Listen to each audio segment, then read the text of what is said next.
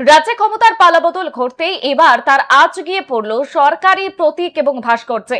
সল্টলেকের যুব ভারতী ক্রীড়াঙ্গনে ১ নম্বর গেটের সামনে থাকা সুদৃশ্য গ্লোব বা স্ট্যাচু থেকে সরিয়ে দেওয়া হলো পূর্বতন তৃণমূল সরকারের অত্যন্ত পরিচিত প্রতীক বিশ্ব বাংলার লোগোটি।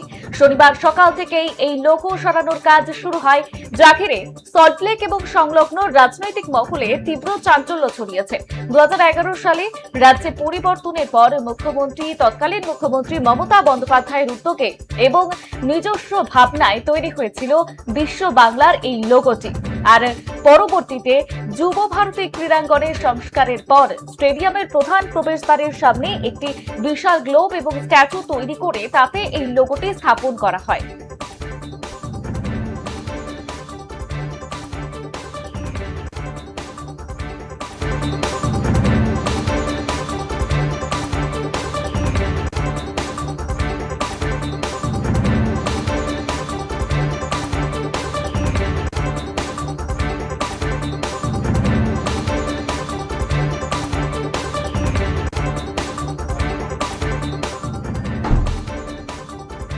রাজ্যে নতুন সরকার গঠন হওয়ার পর থেকেই পূর্বতন সরকারের একাধিক নীতি এবং প্রতীকে বদল আনার প্রক্রিয়া শুরু হয়েছে। আর তার প্রথম বড় সড় ধাপ হিসেবেই এদিন যুব ভারতীর সামনের সেই ঐতিহাসিক স্ট্যাচু থেকে বিশ্ব বাংলার নীল সাদা লোগোটি সম্পূর্ণ খুলে ফেলা হয়।